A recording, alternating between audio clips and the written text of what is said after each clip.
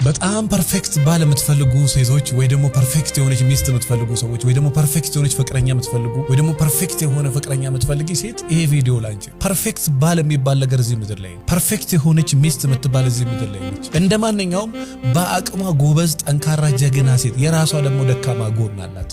ከመልክ መልክ፣ ከጸጉር ጸጉር፣ ከጥርስ ጥርስ፣ ከከንፈር ከንፈር፣ ከአፍንጫ አፍንጫ፣ ከጸባይ ጸባይ፣ ከድንግልና ድንግልና፣ ከገንዘብ ገንዘብ፣ ከቤተሰብ ቤተሰብ በስለት የተወለደች ምድር ላይ የሌለች ሴት ፈልጋለሁ ብለ ጊዜህን አትግደል። ከሀብት ሀብት፣ ከመኪና መኪና፣ ከቤት ቤት፣ ከቁመና ቁመና በቃ ሁሉ ነገር የሰጠው ወንድ ፈልጋለሁ ብለሽ እሱም ደግሞ ሁሉ ነገር የሰጣት ሴት ይፈልጋል።